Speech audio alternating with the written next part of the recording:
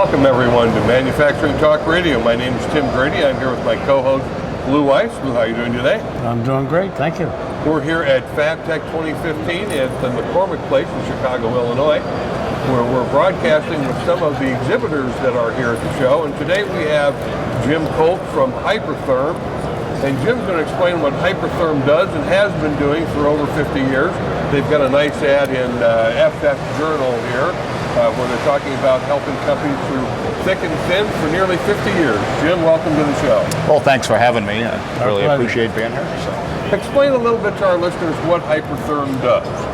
Okay, we're kind of an interesting company that's a good fixture in the welding and metal fabricating industry. We produce. We started out by producing plasma cutting equipment. The technology came from Hanover, New Hampshire's Dartmouth College, the Thayer School of Engineering, Ivy League school. Our founder was a graduate from there, so he developed some new technology for cutting metal with the plasma cutting process. And so over the years, we developed a full line of both handheld and mechanized plasma cutting equipment. In recent years, as we've grown and continue with our growth period, we've added laser cutting, fiber laser cutting systems, as well as abrasive water jet cutting systems for cutting metals. And the water jet, of course, will cut just about anything you put in front of it. Right. And I just have to ask, just purely out of curiosity, having nothing to do with the metals industry, a water jet be able to cut through stone, for instance? Absolutely. If you've got granite counters in your kitchen, I pretty much guarantee it was cut with a water jet. Is that right? Wow, that's incredible. Yeah. What's the most unusual application that Hypertherm has run across? Well, I can remember a lot over the years. I was kind of a hands-on guy that worked with it. And I think one of the ones that I remember the most was doing repair work on nuclear reactors. We actually would send one of our high-powered 1,000 amp plasma torches 14 feet underwater in the containment vessel at a nuclear reactor, cutting through 3.5-inch thick stainless steel. The water was contaminated. And so we certainly didn't have any warranty problems with those systems because we just dropped the parts in the bottom and they'll still be there for a few hundred years from now, I think. So. Yeah, how about for plasma cutting? I mean, I see people cutting apart, for instance, ships. They decide they're not going to use this barge anymore. Correct. Would your equipment be used for that? Absolutely. Well, the ship was built with our products in the first place. And when there's a huge push on dismantling ships today, and you can do that. Some of it's done with mechanized plasma cutting torches, but a lot of it's done with high-powered hand cutting torches. You can actually put the torch in your hand and cut through as much as 2-inch thick steel with no issues, much faster than other processes. And it's the lowest price way to cut too. You're not using any flammable gases, no oxygen. We just use regular compressed air to do the cutting process. That gets cheap. Yeah. Or cheaper. Yeah, it's the lowest cost per foot of cut of any of the cutting processes. What would some of your customers be who would use Hypertherm's cutting equipment? Yeah, well, not so much in the automotive industry, but when you get into thicker materials such as, you see John Deere and Caterpillar tractors all over the place. Right. Many plants worldwide. That's every single piece of metal on it. If you look closely at the edge, you can see the distinguishing marks that a plasma cutter will make on the edge. So.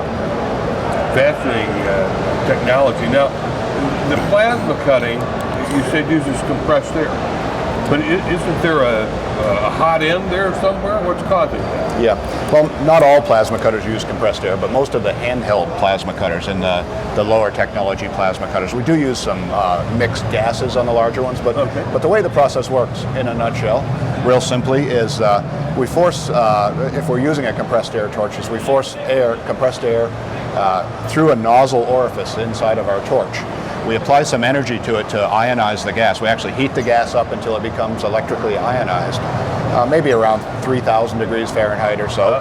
And then we apply a DC energy to it, much like a welding power supply would produce. The DC energy superheats that gas to somewhere between 25 and 50,000 degrees Fahrenheit. That's about 9 times hotter than the surface of the sun. So, and that's forced through a nozzle orifice using some high temperature physics. And it's just anything that gets in the path of that is certainly going to cut. So this the function itself of doing this type of operation your people have to be pretty well skilled. Is that true?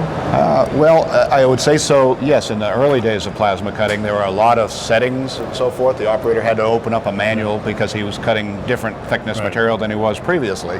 So he had to set gas flows and water flows and a variety of different settings. Today, all that's automated.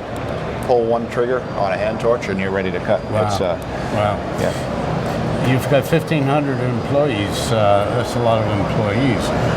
Do you have any issues with not enough employees or skill gap issues? Well, certainly. Some of the things that Hypertherm has done, and I would consider ourselves a pretty progressive company. We're in New Hampshire. Our manufacturing plants are in New Hampshire. We have sales offices worldwide, but in New Hampshire at the manufacturing plants, there are some relatively highly skilled jobs operating machines, manufacturing our products. There seems to be a real lack of vocationally trained people that can run CNC lathes and milling machines and other shop equipment. We actually opened up our own university. It's called Hypertherm Technical School, and we actually take local residents. We pay them and train them to operate equipment. If they pass muster, if they meet our specifications, then we'll offer them a job at the end of their training. If not, we kind of turn them loose and say, hey, if you've got training, you can probably get a nice job somewhere else. And we've partnered with a couple of other companies in the area that thought it was a great idea, and so we actually are doing our own vocational training just so that we can hire employees that are skilled. And how's that working out? Working great. It's really been a big hit, and we've gotten some very skilled employees. I'd like to add too that Hypertherm has never in its entire history laid a single person off. So we control our workforce very carefully there are some labor intensive jobs in building our products, and we take those when we get a big spike in business where our employees start working a lot of overtime. We might farm some of that work out to local companies within 30 miles in New Hampshire, and then when things slow back down, we pull it back in. That way we can keep all of our well-trained employees without having to lay them off like that is typical in cycles that happen with a lot of big companies.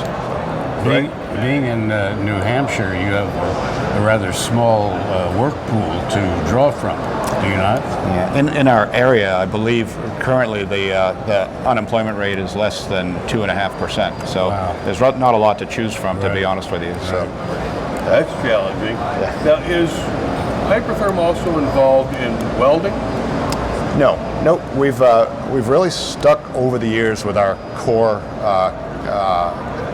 excellence and capability, and that's with plasma cutting. Almost all of our competitors have expanded out or actually started in welding and got into plasma cutting. We feel if we can focus on just cutting the metal, we can really do a better job and stay one of the best providers of that product. In addition to metal, what other materials do you cut?